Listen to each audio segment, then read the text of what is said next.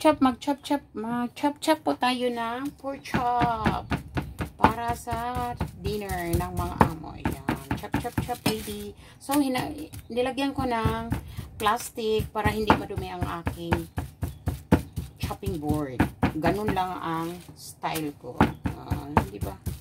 Kanya-kanyang style lang. Para-paraan lang. Para hindi ako maghugas ng aking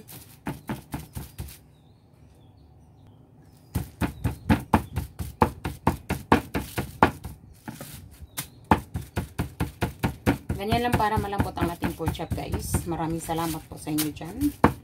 Para may pang ano tayo. May pang upload lang tayo. Pang content lang. Yung tatlong slice lang sa kasya na yan sa aking mga amo. 4 lang naman sila kakain. So, 3 lang yan. Malapad naman. Kaya, tamang-tama lang sa 4 na tao. Hindi ako kasali dahil hindi ako kumakain ng karne. Ang kinakain ko lang ay isda at gulay. Thank you. Po, lagay natin ang dark sauce, light sauce, then sugar, kasi sugar ang mga amo, hindi sila nagbibitchin. Lagyan natin black pepper. Ayan, black pepper. Yan po ang ating sugar. Okay? 2 spoon lang ang sugar. Magdagdag tayo ng bawang. Yan, ganyan talaga ako pag para mabango ang ating pork chop. Gagyarin natin ang bawang para pinong-pino. Yan lang ang timpla. Kanya-kanya na po naman tayo ng version. So, my own version lang po. Yan. Malapit na matapos ang ating 3 bawang lang kasi malalaki. Tapos 3 lang naman ang yan. Itaktak natin ang ating bawang.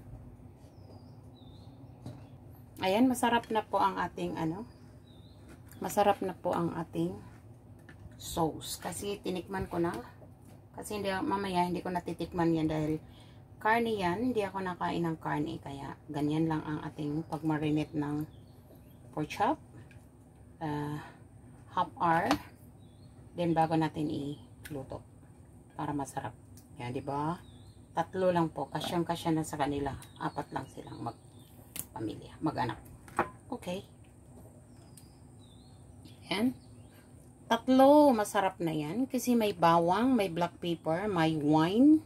May wine na po yan. Para sa kanilang para na pala nalansa. Kaya thank you so much, guys. Ayan lang po ang aking mai-share sa inyo. Maraming salamat po. God bless. Goodbye, everyone.